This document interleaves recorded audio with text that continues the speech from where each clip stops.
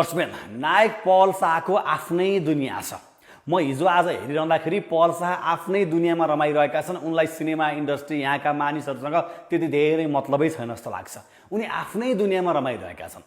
उसो त पल शाहले अभिनय गरेको चलचित्र मोहर जुन साउनको 23 गतेबाट रिलिजमा आउँदैछ, म पललाई आग्रह गर्न चाहन्छु, तपाईँ आफ्नै दुनियाँमा रमाउनुहुन्छ। विशेष तपाईँ म्युजिक भिडियो, टिकटक र महोत्सवमा रमाउनुहुन्छ, तर तपाईँ यो सिनेमाको लागि चाहिँ सबभन्दा बढी लाग्नुपर्छ, सबभन्दा बढी खट्नुपर्छ र यो सिनेमाको तपाईँले दिलो ज्यान लागेर प्रचार गर्नुपर्छ।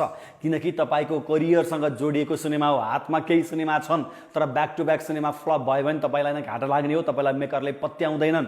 त्यस कारणले गर्दा पल शाहले आफ्नै दुनियाँमा रमाइरहे पनि यो फिल्मी दुनियाँमा यो मोहर भन्ने सिनेमाको लागि चाहिँ पल शाहले विशेष समय दिन आवश्यक छ भन्ने मेरो बुझाइ छ।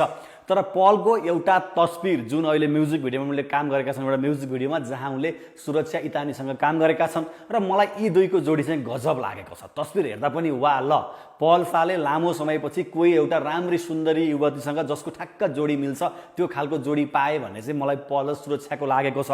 तपाईँलाई चाहिँ यी दुईको जोडी कस्तो लाग्यो आफ्नो प्रतिक्रिया दिनु होला। म्युजिक भिडियोमै भलै सुरक्षा अहिलेसम्म फिल्ममा खासै आएकी छैनन्, तर पलको यो जोडी चाहिँ सुहाएको देखियो। तपाईँलाई कस्तो लाग्यो प्रतिक्रिया दिनुहोस् दर्शकबिन। तर यो म्युजिक भिडियो कस्तो छ तपाईँले हेर्नुहोस्, आफ्नो तरिकाले मन पराउने नमन पराउने तपाईँको कुरा भयो। तर सुरक्षासँग पलको जोडी सुहाएको छ। कोही मेकरले यी दुईलाई नायक नायिकाको रूपमा सोच्दा पनि हुन्छ भन्ने मेरो बुझाइ छ।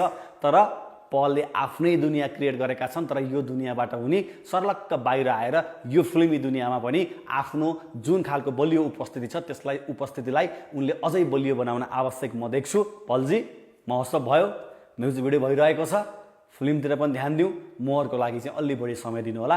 मेरो आग्रह यति मात्रै छ। दर्शकबिन नायक पल शाहको आफ्नै दुनिया छ। म हिजो आज हेरिरहँदाखेरि पल शाह आफ्नै दुनियाँमा रमाइरहेका छन्। उनलाई सिनेमा इन्डस्ट्री यहाँका मानिसहरूसँग त्यति धेरै मतलबै छैन जस्तो लाग्छ। उनी आफ्नै दुनियाँमा रमाइरहेका छन्। उसो त पल शाहले अभिनय गरेको चलचित्र मोहर जुन साउनको 23 गतेबाट रिलिजमा आउँदैछ, म पललाई आग्रह गर्न चाहन्छु, तपाईँ आफ्नै दुनियाँमा रमाउनुहुन्छ। विशेष तपाईँ म्युजिक भिडियो, टिकटक र महोत्सवमा रमाउनुहुन्छ, तर तपाईँ यो सिनेमाको लागि चाहिँ सबभन्दा बढी लाग्नुपर्छ, सबभन्दा बढी खट्नुपर्छ र यो सिनेमाको तपाईँले दिलो ज्यान लागेर प्रचार गर्नुपर्छ। किनकि तपाईँको करियरसँग जोडिएको सिनेमा हो। हातमा केही सिनेमा छन्, तर back to back cinema flop भयो भने तपाईँलाई नै घाटा लाग्ने हो। तपाईँलाई मेकरले पत्याउँदैनन्। त्यस कारणले गर्दा पल शाहले आफ्नै दुनियाँमा रमाइरहे पनि यो फिल्मी दुनियाँमा यो मोहर भन्ने सिनेमाको लागि चाहिँ पल शाहले विशेष समय दिन आवश्यक छ भन्ने मेरो बुझाइ छ। तर पलको एउटा तस्बिर जुन अहिले म्युजिक भिडियोमा उनले काम गरेका छन्, एउटा म्युजिक भिडियोमा जहाँ उनले सुरक्षा इतानीसँग काम गरेका छन्, र मलाई यी दुईको जोडी चाहिँ गजब लागेको छ। तस्बिर हेर्दा पनि वाह, ल पल शाहले लामो समयपछि कोही एउटा राम्री सुन्दरी युवतीसँग जसको ठ्याक्क जोडी मिल्छ त्यो खालको जोडी पाए भन्ने चाहिँ मलाई पल र सुरक्षाको लागेको छ।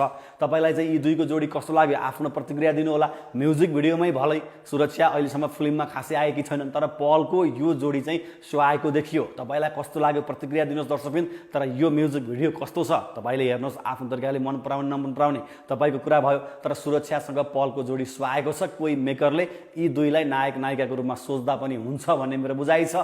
तर पलले आफ्नै दुनियाँ क्रिएट गरेका छन्, तर यो दुनियाँबाट उनी सर्लक्क बाहिर आएर यो फिल्मी दुनियाँमा पनि आफ्नो जुन खालको बलियो उपस्थिति छ त्यसलाई उपस्थितिलाई उनले अझै बलियो बनाउन आवश्यक म देख्छु। पलजी, महोत्सव भयो, म्युजिक भिडियो भइरहेको छ, फिल्मतिर पनि ध्यान दिउँ। मोहरको लागि चाहिँ अलि बढी समय दिनु होला। मेरो आग्रह यति मात्रै छ।